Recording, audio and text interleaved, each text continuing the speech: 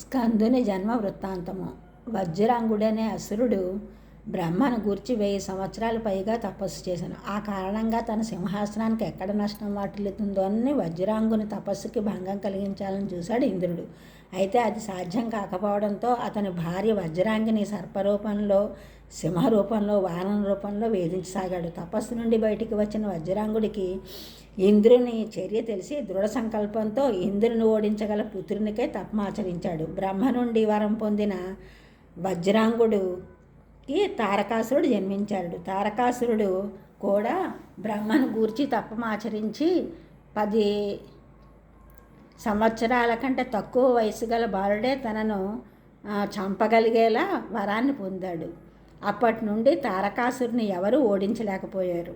తారకాసురుడు 3 లోకాలు జయించి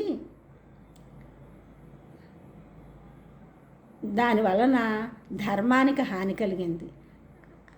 తారకాసురుడు అతని సోదరులు అధర్మానికి, అన్యాయానికి, దుర్మార్గానికి ప్రతీకలు. శివునికి శక్తికి జన్మించిన పుత్రుడు మాత్రమే తారకాసురుని చంపగలడని బ్రహ్మ దేవతలకు సూచించాడు.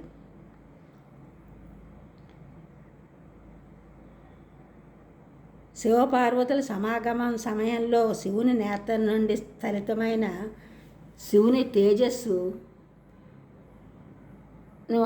అగ్ని గంగా నదిపై వదలగా దానిని భరించలేని గంగ దర్భలపై దాన్ని వదిలింది. ఆ తేజస్సు బాలునిగా అవతరించింది.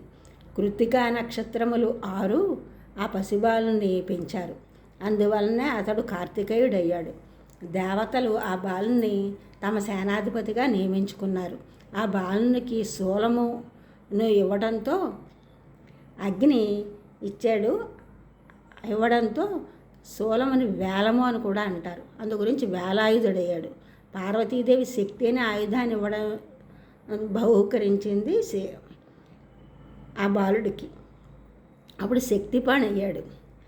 ఆ శక్తితో అసురులతో యుద్ధ సమయంలో క్రౌంచ పర్వతాన్ని బద్దలు చేశాడు. కృత్తికా తారలను పసిపిల్లల రక్షకులని ప్రకటించాడు.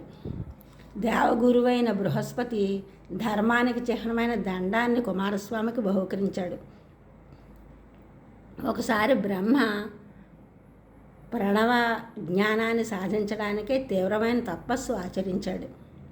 అయితే తన తపస్సుకి ఎవరైనా ఎటువంటి ఇబ్బంది కలిగించినా వారి బ్రహ్మజ్ఞానం మరపుకు వస్తుందని ప్రతిజ్ఞ చేశాడు. ఆ విధంగా ప్రతిజ్ఞ చేసి తపస్సుకు కూర్చున్నాడు.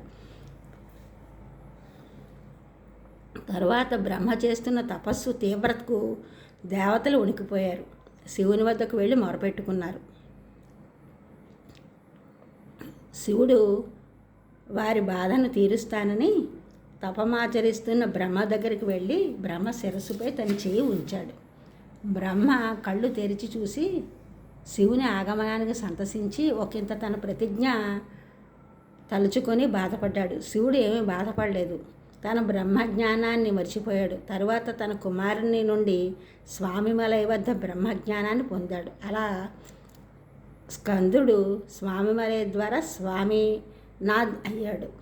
సుబ్రహ్మణ్యుడు సర్పరాజులైన వాసుకి, తక్షకుడు మొదలైన వారి ప్రతినిధి. శివుని శరీరంపై సర్పాభరణ రూపంలో ఉండి నిరంతరం శివుని కర్ణంలో ఓంకారాన్ని ఉచ్చరిస్తూ ఉంటాడు.